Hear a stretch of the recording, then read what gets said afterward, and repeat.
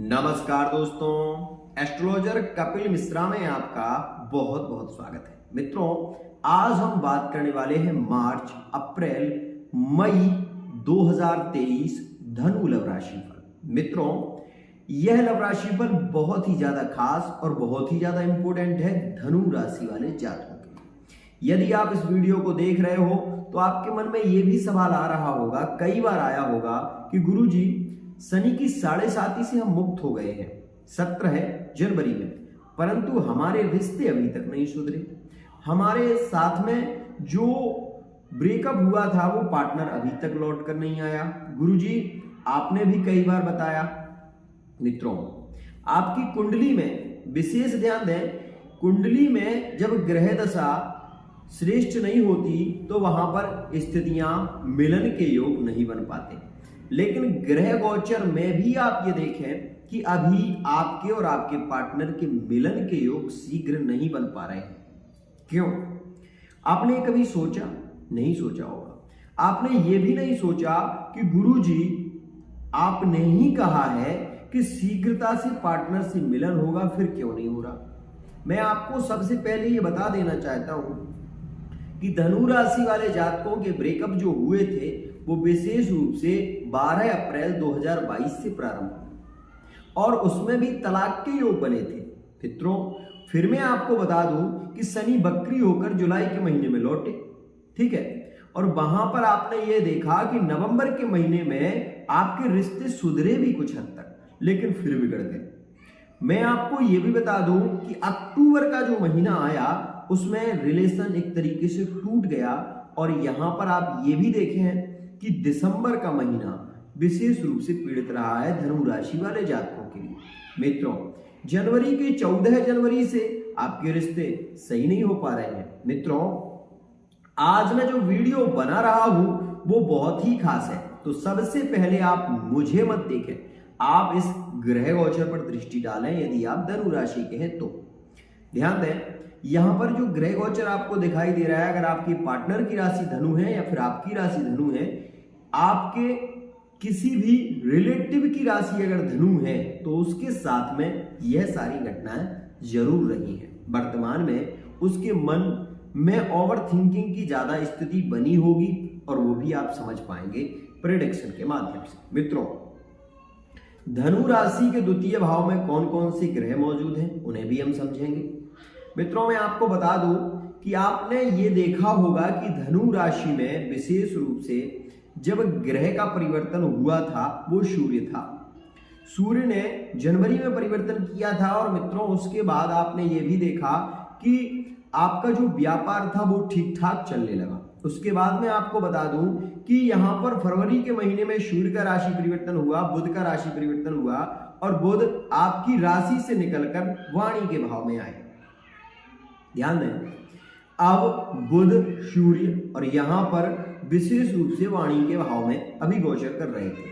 मित्रों, उसके बाद आपने ये देखा कि कुंभ राशि में, यहां पर कुंभ राशि में सूर्य का परिवर्तन हुआ और सूर्य जब कुंभ राशि में आए तो मित्रों वहां पर आपने एक बात को नोटिस किया होगा कि आप अपने पार्टनर को मैसेज करते थे या कर रहे हैं तो पार्टनर रिप्लाई देने की कोशिश भी कर रहा होगा।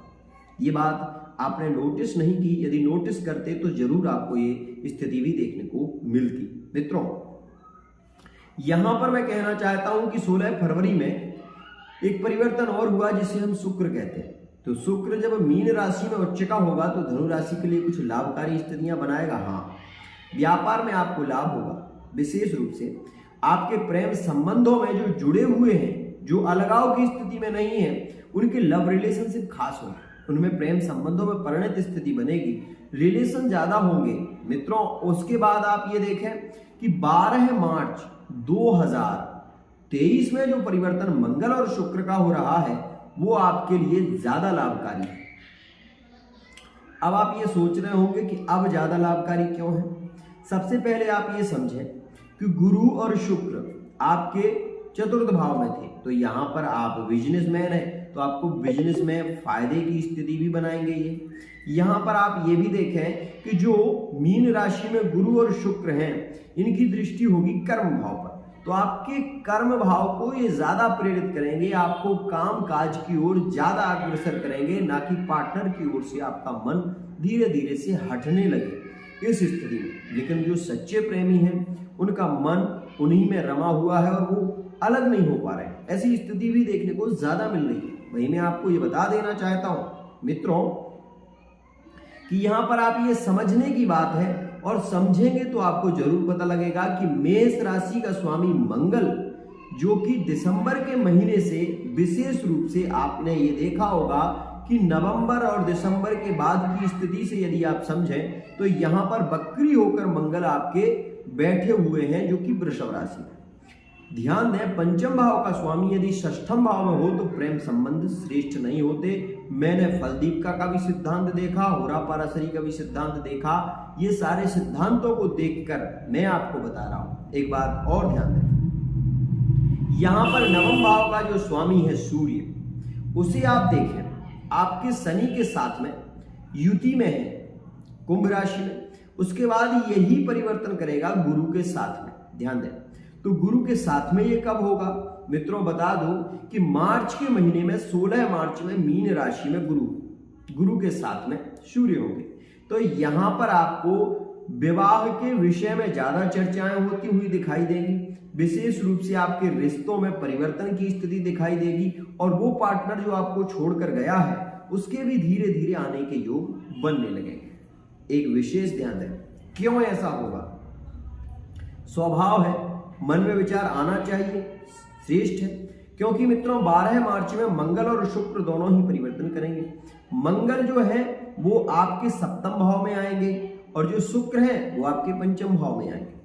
मंगल जब पंचम और सप्तम का योग बनाएंगे तो आपका पार्टनर 100% लौट कर आने के योग बनेंगे। यदि आपकी कुंडली में शुभग्रह महादशा चल रही होगी तो पार्टनर आने के योग शीघ्रता से बनेंगे।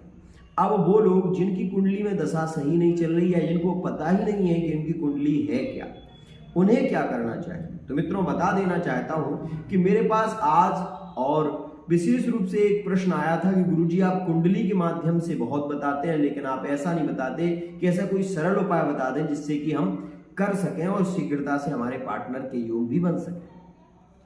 मित्रों यहां पर आपको कुछ ज्यादा नहीं करना है। आप ये देखिए कि आपकी कुंडली में कौन बैठा हुआ है, राहु, जिसके कारण आपके रिश्ते बन नहीं पा रहे हैं। आपको किसी भी जलाशय में जाना है, किसी भी नदी, जलाशय में, सरोवर में 5 नारियल की माला आपको लेनी है, और 5 नारियल की माला बनाकर आप भगवान शंभू को अर्पण कराएं।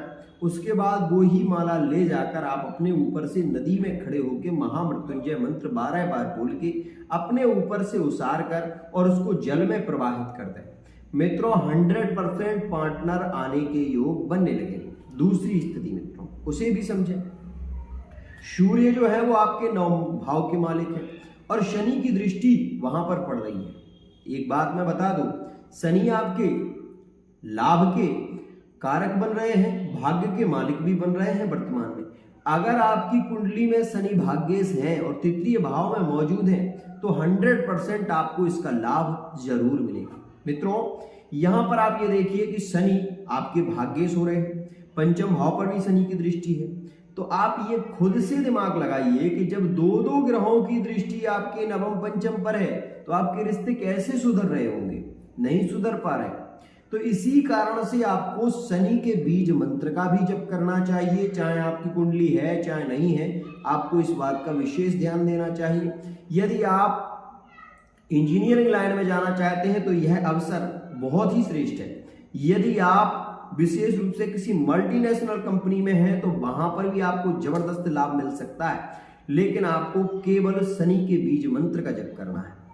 क्यों, मैं ऐसा क्यों कह रहा हूं? मैं ऐसा अपने से नहीं कह रहा मित्रों, ये ग्रह गोचर की स्थिति है और आपकी कुंडली में भी अगर ये स्थिति होती है तो आपको 100% फल जरूर मिलेगा।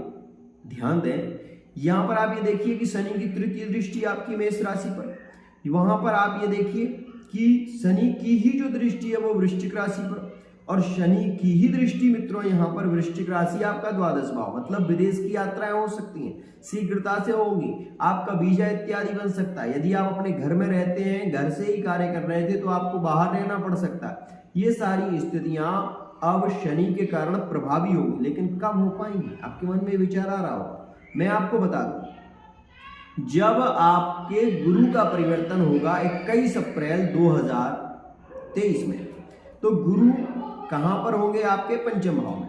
और गुरु और मंगल विशेष रूप से यहां पर आप ये भी देखेंगे कि यहां पर गुरु जब आपके पंचम भाव में होंगे तो आपको गणेश मंत्र का जप ज्यादा से ज्यादा करना है।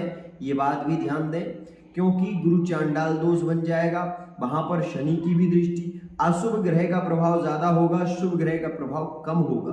तो इसलिए मैं आपसे कहना चाहता हूं कि आपको इस समय में या तो आपने गुरु दीक्षा नहीं ली तो गुरु दीक्षा जल्दी से ले लें, साथ ही आप गुरु मंत्र का जप करें या महामृत्युंजय मंत्र का जप करें।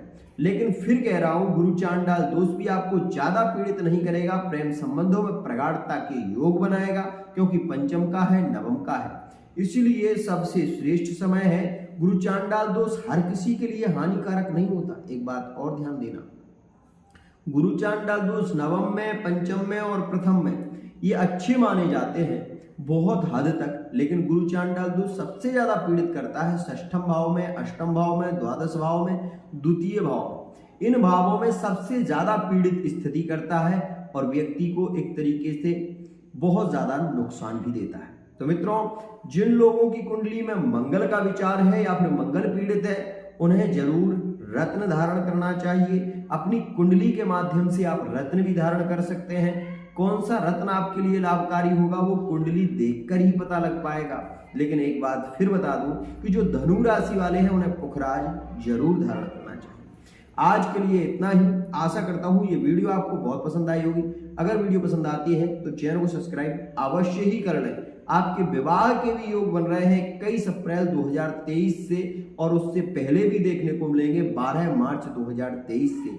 विवाह की चर्चा चल सकती है, विवाह के संबंध पक्के हो सकते हैं। और मई के महीने में आप ये भी देखेंगे कि माता पिता और परिवार विशेष रूप से एक स्थिति में जुड़ेंगे। साथ ही आप ये भी देखेंगे कोई बहुत लंबा विवाद चल रहा था भूमि से संबंधित, कोई कोर्ट कचहरी का केस चल रहा था, तलाक इत्यादि का केस चल रहा था, तो मित्रों मंगल के परिवर्तन होते ही समाप्त हो जाएगा।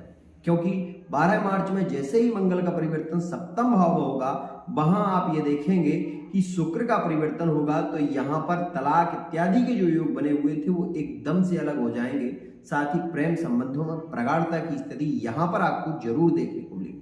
आज के लिए इतना ही।